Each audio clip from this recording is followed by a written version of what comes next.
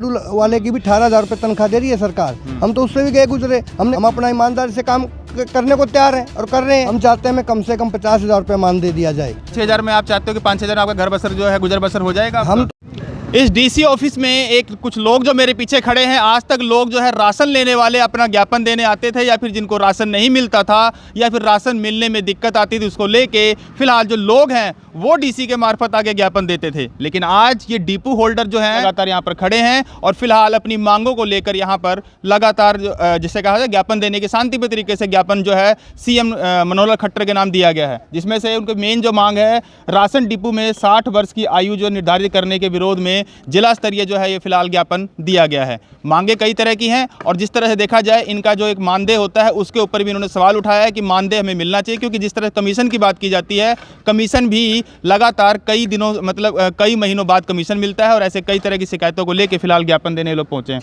बताओ जी, आज तो आप डिपो वाले आप लोग पहुंच गए जी यहाँ पे? हाँ जी पहुँचे जी। नाम बताएं और क्या ज्ञापन? नरेंद्र कुमार। 60 से ऊपर इन्होंने जो किया है वो गलत कर रहे हैं जी।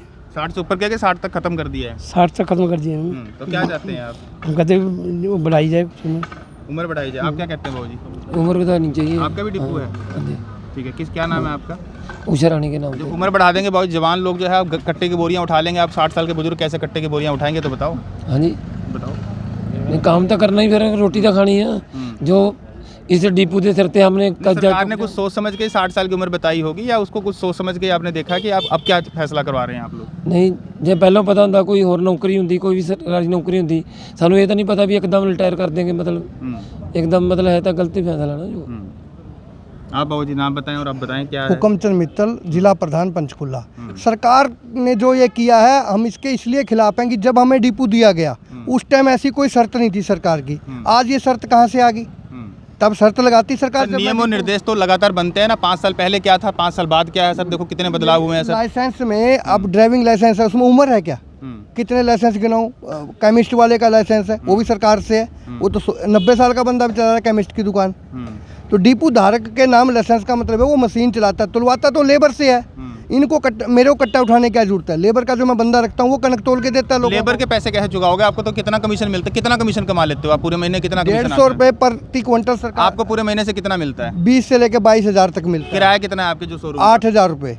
लेबर कितना देते हो आप? 7-7,500 रुपये। टोटल कितने हुए जी? 16,000 चले गए, 5 या 6,000 रुपये बचता है। 5-6 हज़ार में आप चाहते हो कि 5-6 हज़ार आपका घर बसर जो है गुजर बसर हो जाएगा? हम तो सरकार से कहते हैं कि हमारा मानदेय लागू किया जाए। हमें भी जैसे निगम में कर्मचारी रखे गए, झाड़ू वाले की भी 18,000 रुपये तनख्वाह दे रही है सरकार। हम तो उससे भी गए गुजरे। हमने कोरोना काल में कितनी सरकार का काम किया। कोरोना काल में कोई बाहर नहीं निकलता था, हर एक डिपो होल्डर ने अपनी जान पर खेल करके ईमानदारी से राशन बांटा। क्या मानदेय चाहते हैं आप? हम चाहते हैं कम से कम 50,000 रुपये मानदेय दिया जाए। तो सुनिए, जिस तरह से इनका जो कहना है कि मानदेय जो है वो 50,000 रुपये होना चाहिए, और करीबन अगर देखा जाए तो जिस तरह से गलत काम करने, जैसे डिपो के अंदर सुनने में शिकायतें आती है कि राशन कम मिलता है या फिर अन्य तरह की जो शिकायतें हैं, वो ये जो लोग हैं और जो ये राशन डिपो होल्डर है वो कहीं ना कहीं करने के लिए बाध्य भी होंगे, क्योंकि करेंगे भी।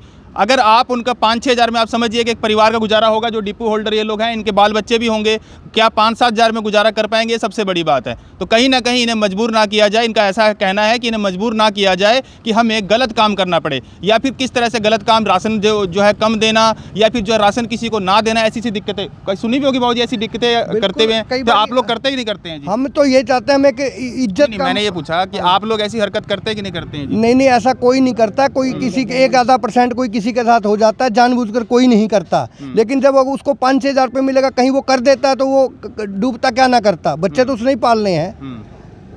हमें एक उचित मानदेय मिल जाए, हम अपना ईमानदारी से काम करने को तैयार हैं और कर रहे हैं। तो सरकार क्या चाहती है? सरकार की मंशा क्या लगती है आपको? सरकार पे अभी ज्ञापन दिया है। सरकार ने अभी 2022 में ये अध्यादेश लाया है। अरे सिक्योरिटी 20,000 कर दी डिपो धारक की।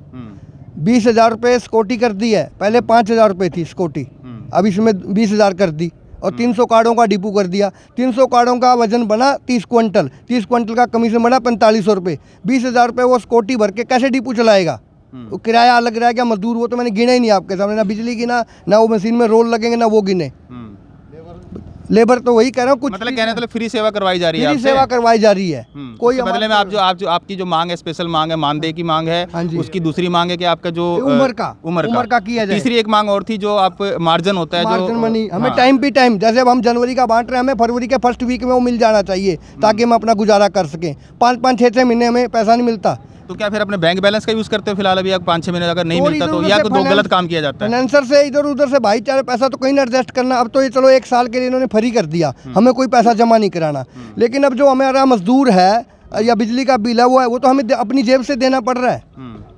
हम अपने बैंक बैलेंस में से इधर उधर से मांग के किसी उधर मतलब आप सभी लोग जो हैं गलत काम नहीं करते, अपने राशन में बिल्कुल सही सामान बेचते हैं, ये कहना आपका है। लेकिन सरकार जो है आपके साथ गलत कर रही हाँ जी। है, और आने वाले समय में अगर ऐसा कुछ ना हो तो उसके लिए क्या एक्शन होगा आपका जी? तो हम तो सरकार से ये गुजारिश करेंगे कि सरकार हमारी मांगों पे सहानुभूति विचार करे। अगर सरकार नहीं करेगी फिर हम भी दूसरी तरफ जाने को बाध्य होंगे। और क्या, हमारे किस पास तरफ जाओगे सर, दूसरी किस तरफ तरफ जाओगे? वोटों में जो अब वोट की ही ताकत है हर इंसान के पास, फिर हम भी उधर देखेंगे जो हमारी सुनेगा।